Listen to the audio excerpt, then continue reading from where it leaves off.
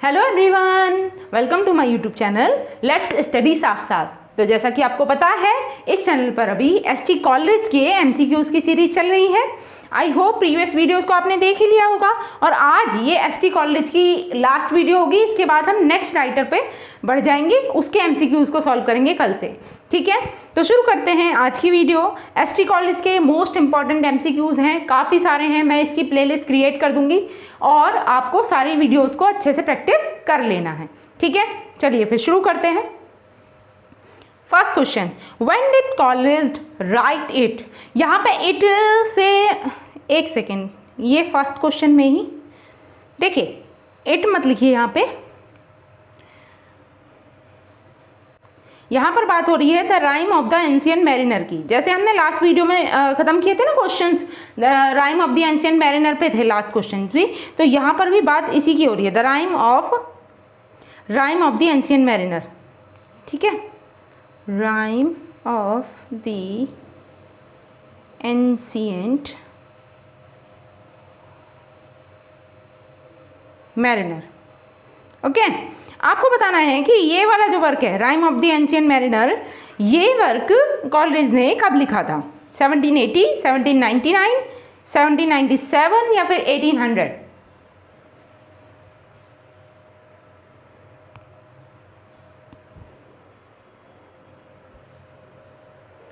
Yes, the rime of the ancient mariner, ये जो work था कॉलरिज ने कब लिखा था?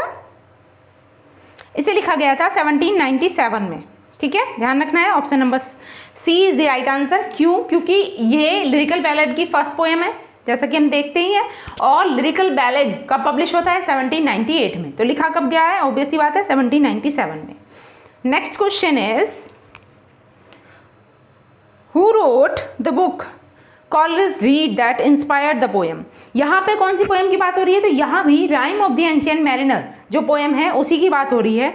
और यहाँ पे पूछा जा रहा है कि ऐसे कौन से राइटर थे जिन्होंने एक बुक लिखी, जिस बुक को पढ़ के कॉलेज को इंस्पिरेशन मिली इस पोएम की, इस पोएम को लिखने के लिए वो उससे इंस्पायर्ड हुए थे। ठीक है, इन्होंने एक बुक पढ़ी थी कॉलेज ने, वो कौन से राइटर की थी?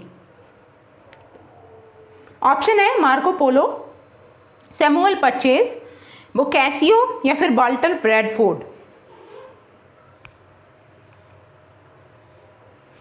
देखिए, उस बुक का नाम क्या था? तो उस बुक का नाम भी मैं बता देती हूँ। उसका नाम था द पिलग्रिमेज।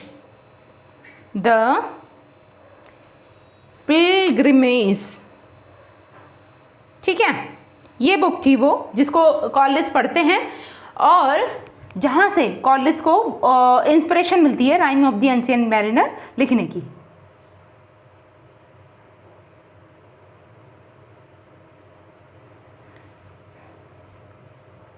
यस, इसका जो राइटर है द पिलग्रिमेज का, वो है सैमुअल परचेज। ठीक है, option number B is the right answer, Samuel Purchas. Now moving to the next question. Question number third is, and where did he get the vision he founded his poem on. और कहाँ से उन्हें वो vision मिलता है, या एक तरीके से वो आइडिया मिलता है, ही फाउंडेड हिज पोएम ऑन, जिस पर वो अपनी पोएम को आधारित बनाते हैं या जिस पर वो अपनी पोएम लिखते हैं, उस तरीके का विजन उन्हें कहाँ से मिलता है? ऑप्शन है निटोरियस ऑक्साइड से, अल्कोहल से, ओपियम ड्रीम से या फिर साइकोसिस से। तो यहाँ बात हो रही है, यहाँ कौन सी पोएम की बात हो रही है? यहाँ बात हो रही है कुबला खान पोएम की। ठीक है, ये ध्यान रखना है, कुबला खान। और इसके लिए जो विजन मिलता है इन्हें, वो मिलता है ओपियम ड्रीम से। ठीक है, option number C is the right answer, opium dream. जैसे आपको पता ही है कि ओपियम एडिक्टेड थे। Option number question number 4 is, a traveller asked the poet for directions and much of the vision's images were lost. Where was this anonymous but legendary travelers from?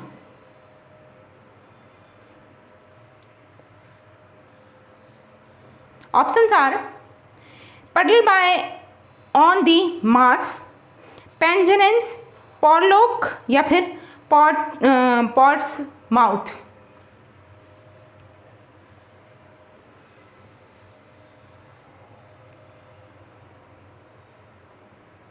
यहाँ पे कहा गया है एक ट्रैवलर जो है वो पोएट से डायरेक्शन पूछता है। अ traveller asked the poet for direction के लिए पूछता है। And much of the visions images were lost, और बहुत सारी जो उसकी विजन की इमेजेस थी वो लॉस्ट हो चुकी थी। Where was this anonymous but legendary traveller from, तो ये जो जिसका कोई नाम नहीं था ऐसा ट्रैवलर, जो लीजेंडरी ट्रैवलर था, ये कहाँ से था। ये भी जिक्र कौन सी पोएम का हो रहा है, या कुबला खान का ही जिक्र हो रहा है। तो ये था पॉलॉक से, ये ध्यान रखना है। Option number C is the correct answer, Porlock, परलोक भी बोल सकते हो एक तरीके से। देखिए question number 5 is where did Kubla build the dome, बताइए।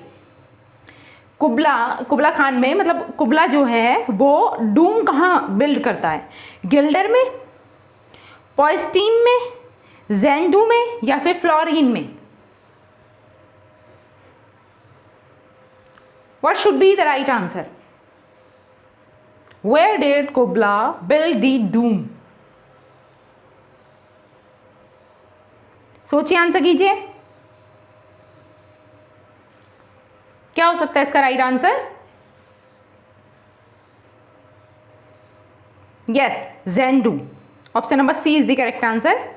Next is 6th, what is the sacred river where it was built.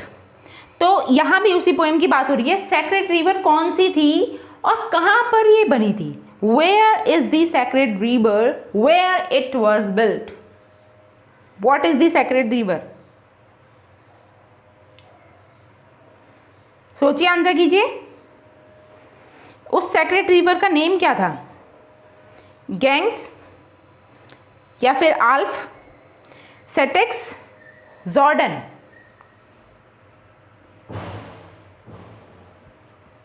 What should be the right answer? देखिए, सैक्रेड रिवर यानी उस पवित्र नदी का नाम क्या था, उसका नाम था Alph. Option number B is the correct answer, Alph river. ठीक है, next is how many miles were walled in for the dome.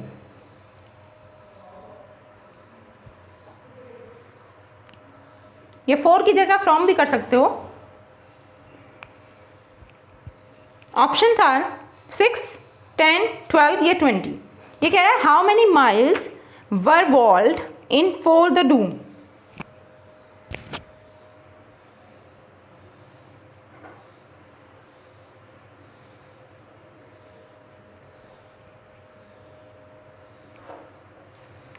क्या हो जाएगा इसका राइट आंसर। यस, इसका करेक्ट आंसर है 10 माइल्स। ठीक है, 10 माइल्स। नेक्स्ट इज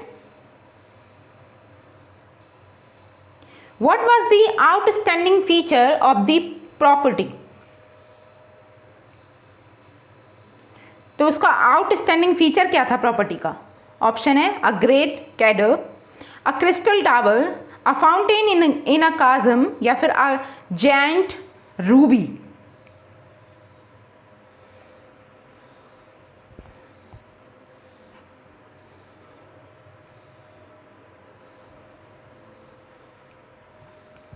क्या हो सकता है इसका राइट आंसर।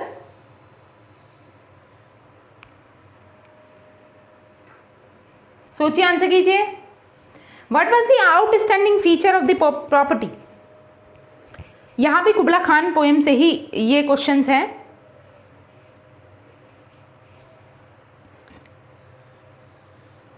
तो उस प्रॉपर्टी का, पर्टिकुलर प्रॉपर्टी का जो फीचर था वो था अ फाउंटेन इन अ काजम। ठीक है, option number C is the correct answer. Next is what instrument did the Abyssinian maid play.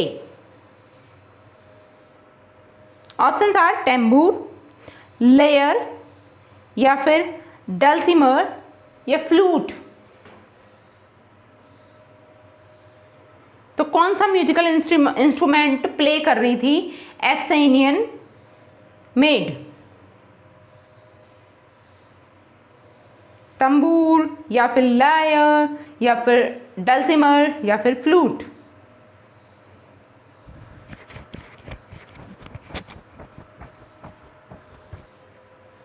क्या होगा इसका राइट आंसर?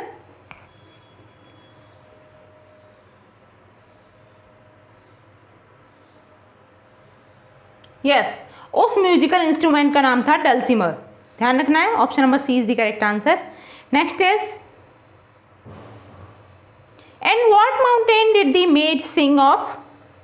और जो मेड थी, जैसे कि वो डल्सीमर तो बजा रही थी और मतलब मेड जो गाना गा रही थी वो उसमें कौन से माउंटेन का जिक्र करती है? And what mountain did the maid sing of? Option है एबोरा माउंटेन, सिनाई, या फिर किलिमंजारो, या फिर ओलिम्पस। तो अपने सॉन्ग में वो कौन से माउंटेन का जिक्र करती है?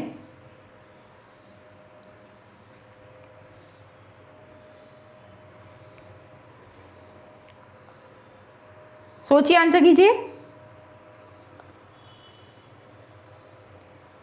इसका राइट आंसर क्या होना चाहिए?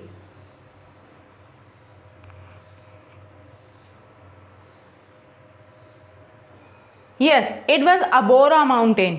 ठीक है, ध्यान रखना है, अबोरा माउंटेन। ये कहाँ पे है? बेसिकली ये जो अबोरा माउंटेन है ये एक इथोपिया का माउंटेन है। ठीक है, ये भी ध्यान रखना है, इथोपिया में स्थित माउंटेन है अबोरा।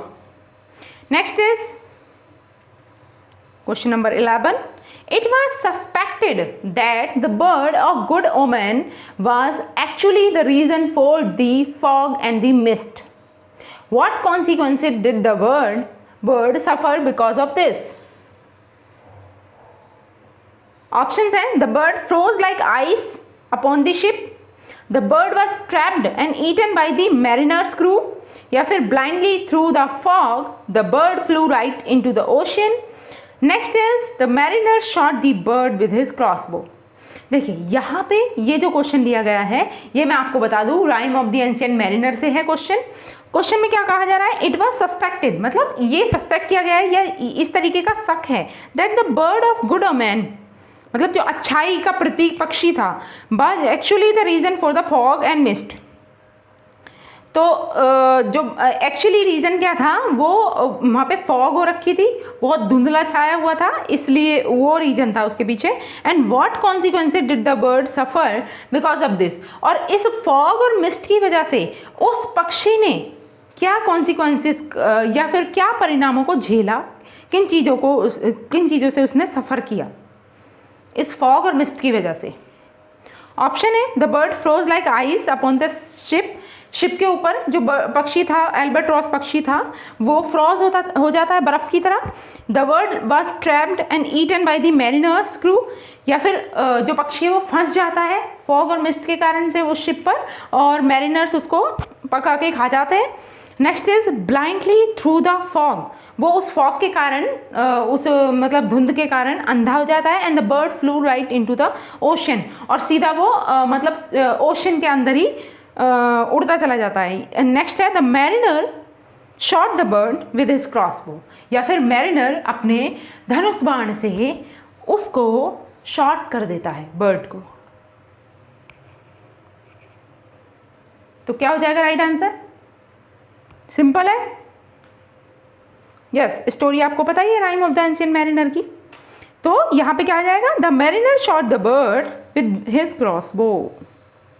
ठीक है, next is question number 12। Which of these events happen at the rising of the moon? इनमें से वो कौन सा इवेंट है या कौन सी घटना है जो घटित होती है कब? At the rising of the moon, चंद्रमा के उगने पर। तो ये भी rhyme of the ancient mariner से ही है। आपको बताना है कौन सी घटना घटित होती है उस टाइम पे जब चंद्रमा उगता है। ऑप्शन है, the mariner's shipmates dropped down dead one by one, या फिर the ship turned around and changed course. Next is the bird of good omens spread rose. Next is the ship's mast tore and fell into the sea. क्या घटित होता है उस time पे, बताइए, सोचिए, आंसर कीजिए। What should be the right answer?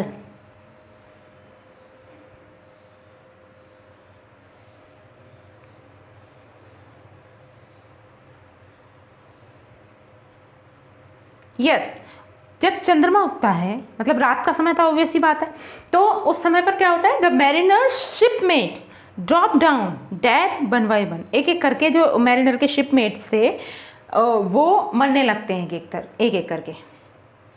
चलिए next question 13 is how many people came to rescue the mariner. Mariner को रेस्क्यू करने के लिए, बचाने के लिए कितने लोग आते हैं? 3 2 1 4। क्या होगा इसका right answer? Yes, how many people came rescue the mariner. देखिए एक तो कौन होता है इसमें, एक तो होता है पायलट,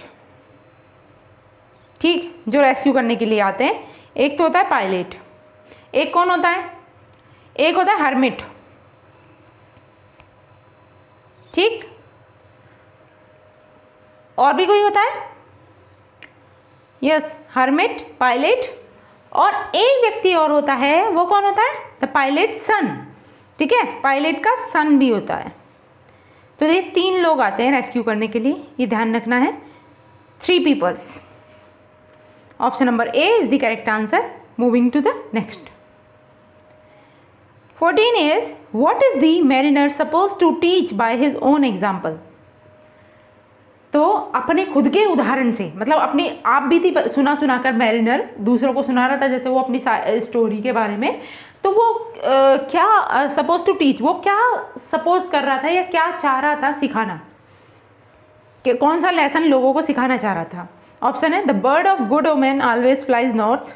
वो ये बताना चाह रहा था कि जो बर्ड ऑफ गुड ओमेन है, मतलब अच्छाई का प्रतीक जो पक्षी है, वो हमेशा नॉर्थ की साइड उड़ता है। या फिर God loves all that he has made, या फिर भगवान सभी को प्रेम करते हैं, जितने भी लोगों को भगवान ने बनाया है, जितने भी जीव जंतु, पक्षी, पेड़ पौधे, व्यक्ति, जो भी चीज़ ईश्वर के द्वारा बनाई गई है, वो ईश्वर सभी को प्रेम करता है उतना ही। Next is life in death is life nonetheless. Life in death is life nonetheless. Next is the strong will not be cursed. जो स्ट्रॉन्ग विल वाले लोग होते हैं उनको कभी भी शापित नहीं, वो कभी शापित नहीं होंगे। What should be the right answer?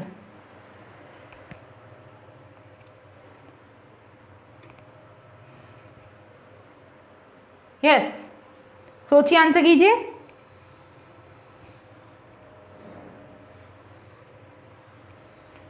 इसका जो राइट आंसर है वो होगा God loves all that he has made.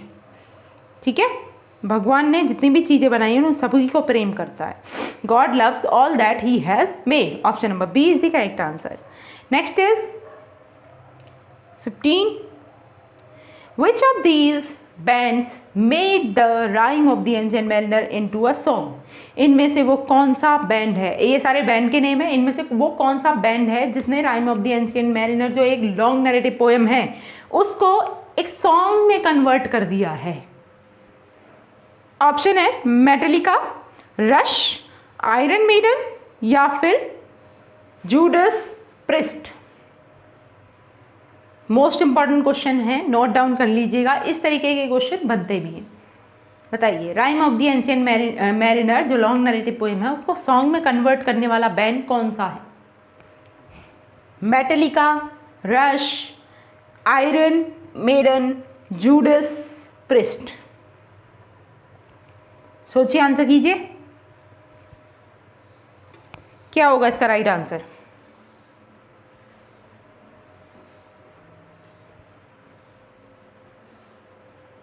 Yes, देखिए इसका राइट आंसर है Iron Maiden. Option number C is the correct answer, Iron Maiden. Next is 16 ice mast high came floating by as dash. ये एक poem की line ली गई है, यहाँ पर कॉलरिज की एक पोएम से लाइन है, इस लाइन को कंप्लीट करना है। ठीक है, इनकम्प्लीट है, इसे कंप्लीट करना है ऑप्शंस के अकॉर्डिंग। देखिए यहाँ क्या है, स्टार्टिंग से देखते हैं, ice mast high came floating by as, क्या आएगा, ब्लू एज समर स्काई, या फिर green as emerald, orange as fire itself, या फिर white as a comet's tail. Ice के बारे में बात हो रही है। कलर के अकॉर्डिंग भी आप सोच सकते हो, लेकिन कुछ और भी हो सकता है इसका आंसर। सोचिए, ice mast high came floating by as. सोचिए, आंसर कीजिए।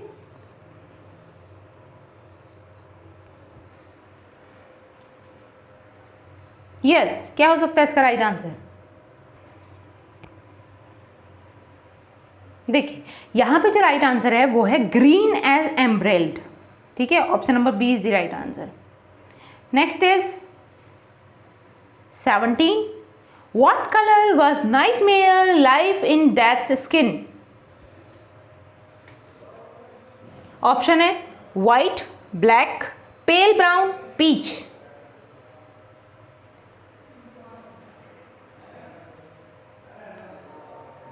क्या होगा इसका राइट आंसर?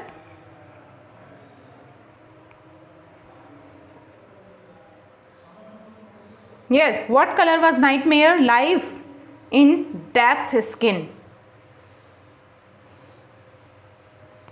तो यहाँ पे जो कलर होता है nightmare life in death skin में, तो ये यहाँ पे जो कलर की बात हो रही है वो वाइट कलर की बात हो रही है। ठीक है, option number A is the right answer. Next 18, whose body stood next to the mariner when sailing back home? बताइए, जब वो वापस अपने घर की तरफ सेलिंग कर रहा था मैरिनर, तो उस समय उसके जस्ट बगल में, उसके जस्ट पास में किसकी बॉडी थी? whose body stood, किसकी बॉडी खड़ी थी next to the mariner when sailing back home? Option है his helmsman's, his brothers, his first mates या फिर हिज ब्रदर्स सन्स।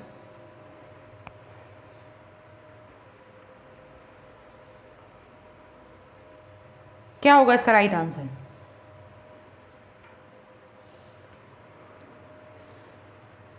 सोचिए, आंसर कीजिए।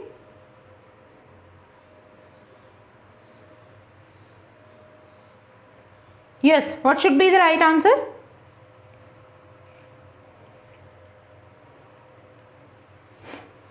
यहां जो करेक्ट आंसर है वो है his brother's son. Option number D is the correct answer. Next is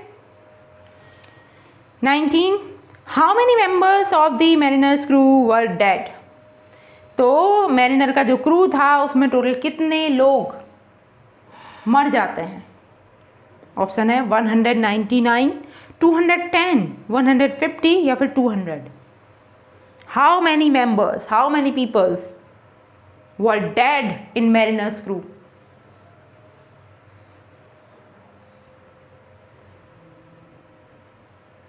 सोचिए, आंसर कीजिए। क्या हो सकता है इसका करेक्ट आंसर?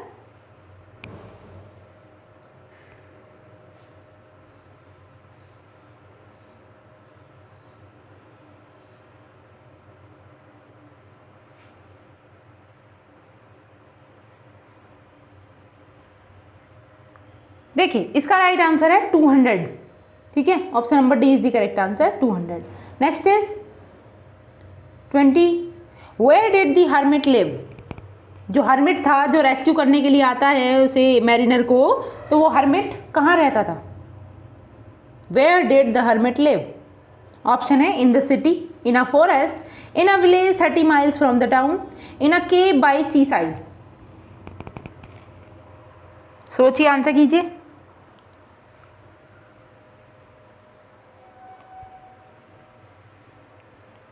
यस, क्या हो सकता है इसका right answer?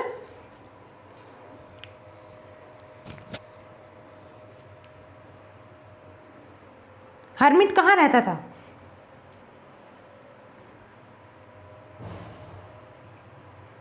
Yes, he lived in a forest. Option number B is the correct answer. Next is 21, what does the pilot son call the mariner? जो पायलट का बेटा होता है वो मैरिनर को क्या कहता है? ऑप्शन है फ्रेंड, आई थिंक है फ्रेंड होना चाहिए। ठीक है, हम फ्रेंड कर लेते हैं। फ्रेंड, गुड मैरिनर, डेविल या फिर सेंट।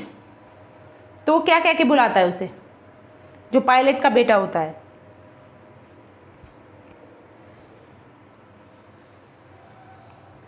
सोचिए, आंसर कीजिए, क्या हो सकता है इसका correct answer? What does the pilot son call the mariner? तो मैरिनर को पायलट का बेटा क्या कहता है? The devil. ध्यान रखना है, option number C is the correct answer, the devil. Next चलते हैं नेक्स्ट क्वेश्चन पे। 22. The genius of Coleridge was complementary to that of which romantic poet? The genius of Coleridge कौन से रोमांटिक पोएट के लिए ये कॉम्प्लीमेंट्री है? The genius of Coleridge was complementary to that of which romantic poet? Option है Southey, Wordsworth, Shelley या फिर John Milton.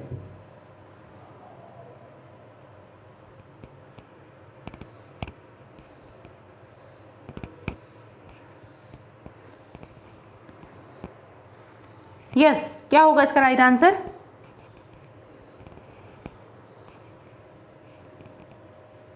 Option number B is the right answer, William Wordsworth. Next is 23. In his youth, Collis came under the spell of which revolution? बताइए, अपने youth के time पे Collins कौन से revolution के में उस माहौल में थे, मतलब कौन से रेवोल्यूशन के माहौल में थे? Coleridge came under the spell of which revolution? Option है अमेरिकन रेवोल्यूशन, फ्रेंच रेवोल्यूशन या फिर both A and B, none of these. ये दोनों रेवोल्यूशंस के टाइम पे थे, बताइए अमेरिकन या फ्रेंच? सोचिए, आंसर कीजिए, क्या हो सकता है इसका राइट आंसर?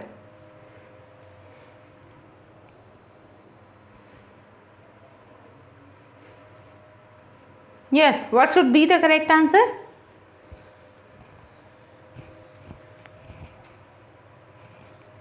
French Revolution. ठीक है, option number B is the correct answer, French revolution. Next 24. In which works of Coleridge he gave poetic expression to his political aspiration? यहाँ पे कहा गया है कि कॉलेज ने अपने कौन से वर्क में, in which works of Coleridge, Coleridge के कौन से वर्क में he gave poetic expression to his political aspiration? उन्होंने अपने पोएटिक एक्सप्रेशन के थ्रू एक पॉलिटिकल एस्पिरेशंस जाहिर किए हैं। ऑप्शन है रिलीजियस म्यूजिंग्स, क्या ये वर्क है? नेक्स्ट है destiny of nation, ode to the departing year या फिर बोथ है, ए एंड बी या फिर नन ऑफ दीज। कौन से वर्क हैं वो उनके? रिलीजियस म्यूजिंग्स है या फिर destiny of nation, ode to the departing year?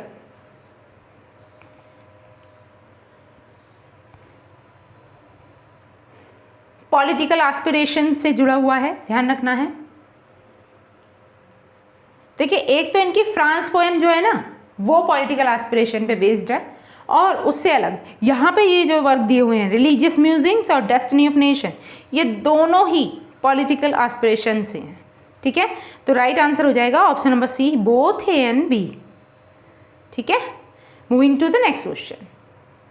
25th is like Wordsworth, Coleridge also began to think differently after the excesses of the revolution, and this change of thought is shown in his which beautiful poem?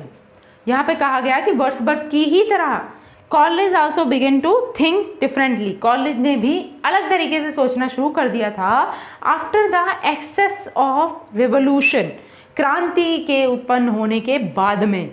And this change of thought, और ये विचार की जो परिवर्तन, विचार में जो आया परिवर्तन था, is shown in his which beautiful poem? ये हमें उनकी कौन सी ब्यूटिफुल पोएम में देखने को मिलता है? ऑप्शन है फ्रांस, क्रिस्टेबल, एंशियंट मैरिनर या फिर द नाइटिंगेल। मतलब उन्होंने डिफरेंटली थिंक करके, डिफरेंटली सोच कर, मतलब जो उनका जिस थीम पे वो लिखते आ रहे थे उस पूरे कॉन्सेप्ट को बदल कर डिफरेंट वे में सोच कर उस पोएम को लिखा। क्या है, क्या नाम है उस पोएम का? फ्रांस है, क्रिस्टेबल है, द एंशियंट मैरिनर है या फिर द नाइटिंगेल है? तो देखिए यहाँ पे जो ऑप्शन है ना, उनमें भी आप देखोगे एंशियंट मैरिनर हुआ, नाइटिंगेल हुआ, क्रिस्टेबल हुआ, इन सब की जो थीम है ना वो नेचर पे बेस्ड है ना। तो तीनों ऑप्शन उसी तरीके के हैं ये। तो आप देखोगे ये रेवोल्यूशन से पहले के मान सकते हो आप। जबकि फ्रांस, ये जो पोएम है इसकी थीम कैसी है, अभी बताया था मैंने, पॉलिटिकल पॉइंट ऑफ व्यू पे रिलेटेड है, ठीक है। तो यहाँ पे जो राइट आंसर होगा वो होगा option number A, France. Okay, next is 26th. For which poem Coleridge himself called his recantation? कौन सी अपनी पोएम के लिए कॉलेज ने खुद ये कहा है कि ये उनकी रिसेंटेशन है? ऑप्शन है क्रिस्टेबल, द एंशिएंट मैरिनर, फ्रांस या फिर द नाइटिंगेल। सोचिए, आंसर कीजिए, अपनी कौन सी पोएम के लिए कॉलेज ने ऐसा कहा है?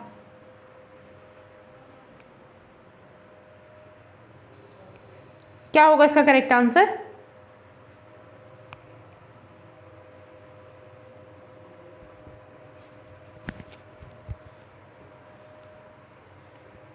यस, यहाँ पे जो राइट आंसर है वो भी क्या है, फ्रांस। इसी पोएम को इन्होंने अपनी रेसेंटेशन बोला है। Option number C is the correct answer, France. Next is 27. France by Coleridge is a और N.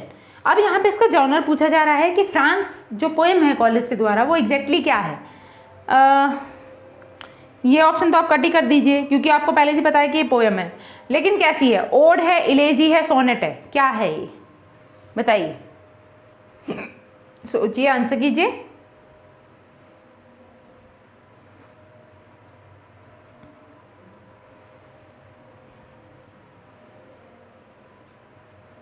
What type of a poem the France is?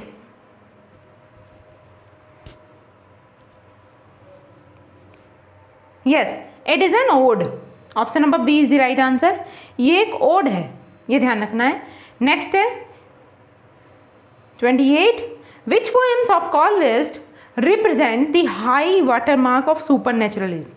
तो कॉलेज की इन पोएम में से कौन सी पोएम है जो हमें मतलब ऐसा मानिए कि उसमें भरपूर सुपरनेचुरलिज्म हमें देखने को मिलता है? ऑप्शन है the ancient mariner, Christabel, both A and B, या नन ऑफ दीज। क्या होगा इसका right answer?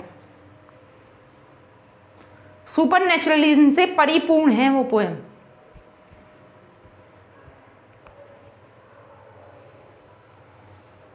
Yes, the correct answer is both A and B. Christabel भी सुपरनेचुरलिज्म की थीम पर बेस्ड है और एंशिएंट मैरिनर भी। ओके, तो option number C is the correct answer. Next 29. In which poem of Coleridge he has painted a gorgeous oriental dream picture? Coleridge अपनी कौन सी poem में क्या करता है, पेंट करता है gorgeous oriental dream picture? Option है क्रिस्टेबल, कुबला खान, डार्क लेडी या फिर द नाइटिंगेल। बताइए क्या हो सकता है इसका right answer?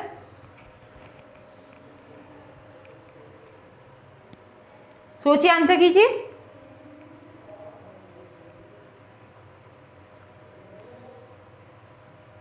He has painted a gorgeous oriental dream picture in the poem.